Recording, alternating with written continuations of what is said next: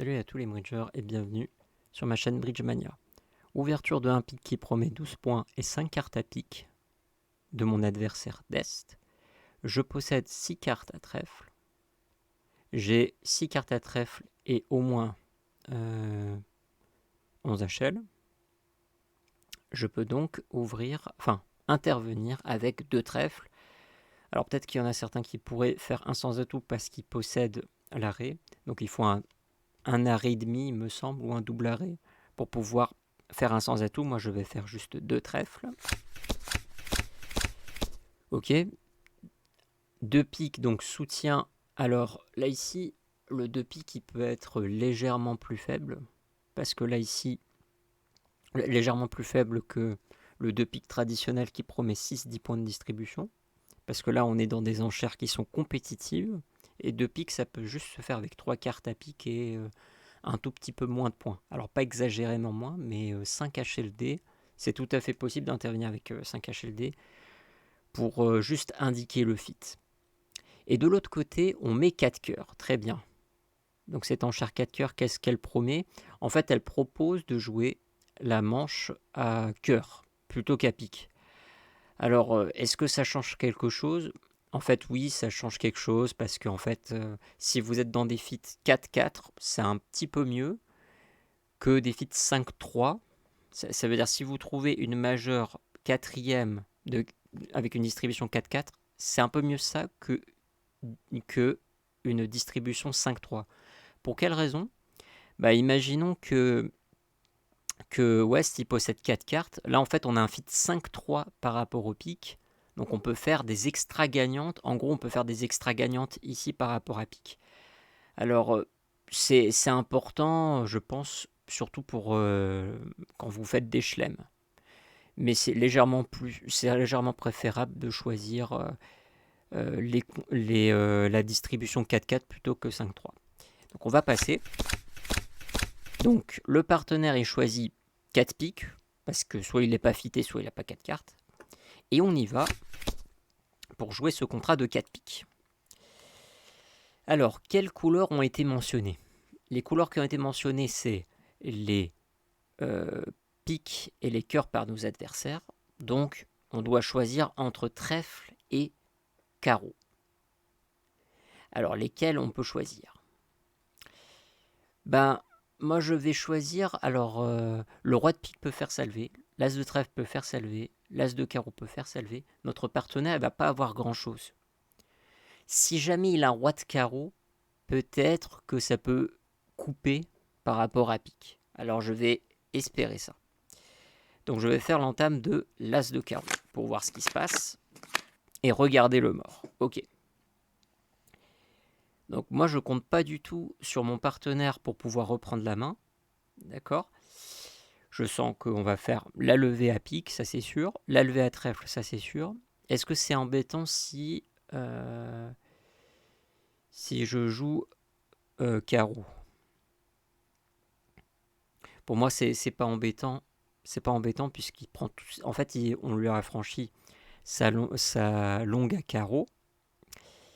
Et si jamais il défausse un trèfle, ça veut dire plutôt qu'il est dans une distribution 5-4-3-1 et que donc il lui resterait plus que 2 cartes à trèfle en faisant une approximation de ce genre-là. Et je pourrais quand même faire peut-être As-Dame de trèfle.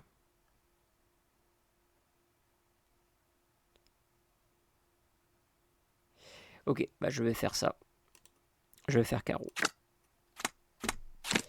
Donc il se défausse. Ok, pas de panique. De toute façon, s'il rejoue carreau, on peut couper. C'est ça qu'il faut regarder. Ok, récupère. Valet de cœur. On met le 6. On indique la parité. Voilà, là ici, son honneur principal, ça serait à cœur. Donc c'est pas pour nous arranger. Et là, voilà, là on va faire la différence ici. Parce que là, on a fait une levée. Là on va couper, ça va faire notre deuxième levée. Le roi de pique fait une autre levée. Et l'as de trèfle probablement va faire sa levée. Et on va réussir à les faire chuter d'une.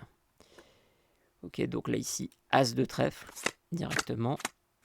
Voilà, Dame de trèfle, parce que voilà, on peut faire maintenir le suspense pour rien. Finalement, la distribution n'était pas 5, 4, 3, 1. Et c'est pas grave. Donc là ici, on les a fait chuter d'une. Et on a un résultat de 73,95%. Ce qui est pas mal. Passons à la donne suivante. Mon partenaire ouvre d'un trèfle, il possède 12 points, une longue plus longue à trèfle qu'à carreau, une couleur plus longue à trèfle qu'à carreau. Ensuite, Est intervient avec 5 cartes à carreau. Je vous rappelle que quand on fait une intervention, on promet 8 points d'honneur, une couleur 5e, au moins 5e, donc là ici 5 cartes à carreau.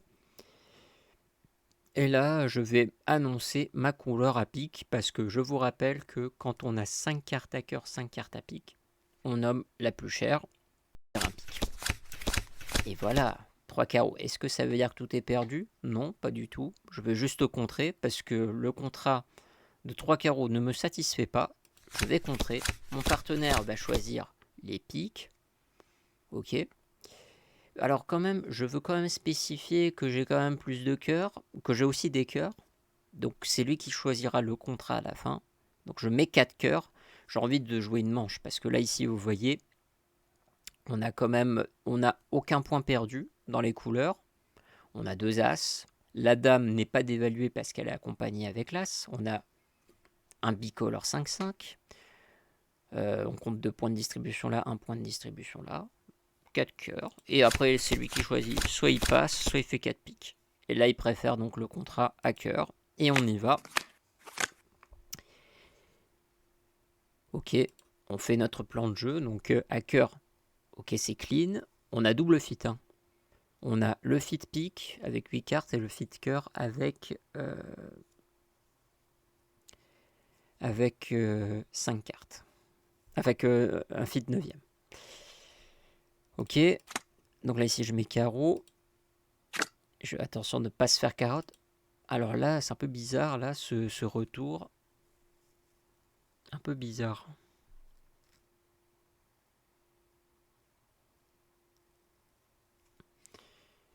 C'est un peu bizarre, mais bon bah voilà, on va mettre As, on va pas laisser filer quand même ça. Mais roi de pique comme ça, il me semble que voilà, ça me fait penser quand même à un singleton, hein, mine de rien. Ils essaieraient quand même de nous avoir avec un roi de pique, avec un singleton au bout. Avec un as de trèfle. Ouais. Quand on est bridger, on pense au pire des scénarios. Avec un as de trèfle ici, et ensuite il me rejoue du pique pour après couper. Il ne faut pas vivre ce moment-là. Il ne faut pas le vivre.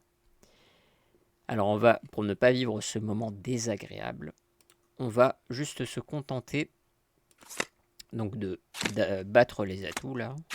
Donc là ici il y en a 4 atouts à retirer. Voilà 2 qui sont retirés.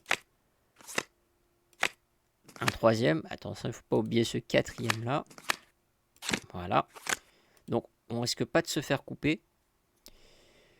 Alors on va perdre certainement un trèfle. Alors un trèfle perdu.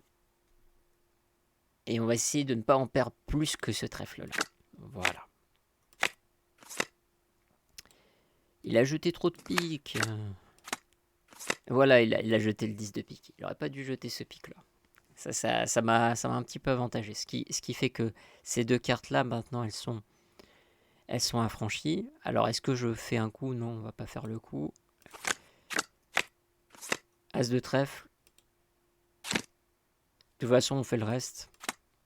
C'est mathématique. Bah si, bien sûr je voulais étaler. Regardez, je vais même couper. Hop. Oui. Et on arrive à un score de 95,74%.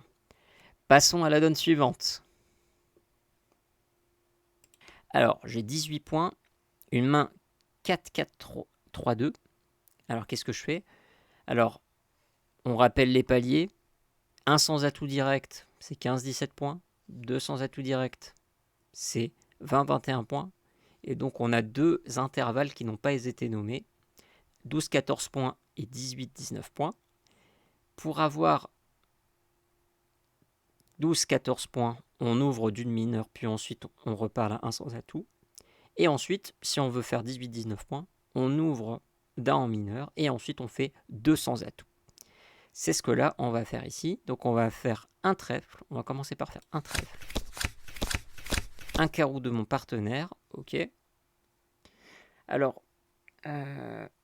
dans le bridge, on peut faire là ici 200 atouts, même si on a 4 cartes à pique. Et là, avec un checkback Steman, on peut retrouver le fit majeur à pique. Donc là, ici, je vais faire juste un pique. Donc là, il me fait 200 atouts, donc ça veut dire qu'il me promet une main régulière avec 11-12 points, il me semble. Et avec ça, c'est suffisant pour nommer 300 atouts. Ok. Ok, je vais faire mon plan de jeu. Ok. Donc, on a combien de levées gagnantes à carreau? On en a une. À trèfle, on en a 3, ça fait 4. À cœur, on en a une, ça fait 5. Et on a plus 4 avec les piques, ça fait 9. Donc là, ici, il faut essayer d'être le plus gourmand possible. Ok. On sent qu'on peut quand même faire une deuxième levée à carreau. Parce que là, ici, on a vraiment une main riche en cartes intermédiaires. Donc une levée supplémentaire ici. Et peut-être une levée supplémentaire avec les trèfles aussi. Donc je vais mettre la dame parce qu'il est tout à fait possible que Est est entamé avec Roi Valet 10. Ce qui est un peu étrange parce qu'en fait, Roi Valet 10, là ici on aurait plutôt... là ici il entame en fait à carreau. L'entame cœur était quand même peut-être à privilégier. Alors je sais pas pourquoi il fait ça. Allez, on va mettre la dame. Ok. Bah, on fait la dame de carreau, très bien. Et là, on va essayer de gagner une levée en plus à trèfle. Alors peut-être qu'on va faire durer un petit peu le suspense. On va faire pique d'abord. On va leur faire jeter tous leurs piques.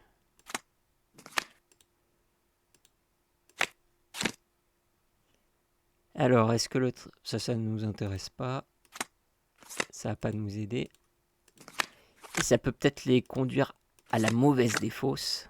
Ah, je serais trop content s'ils tiraient un trèfle. Allez, on va tirer un cœur pour espérer une erreur de leur part.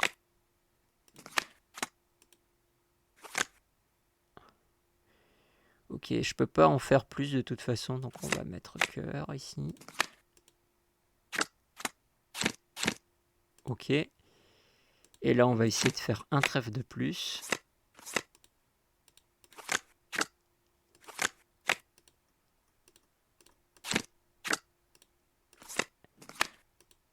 On va pas réussir à faire un trèfle de plus, malheureusement, puisque le valet reste.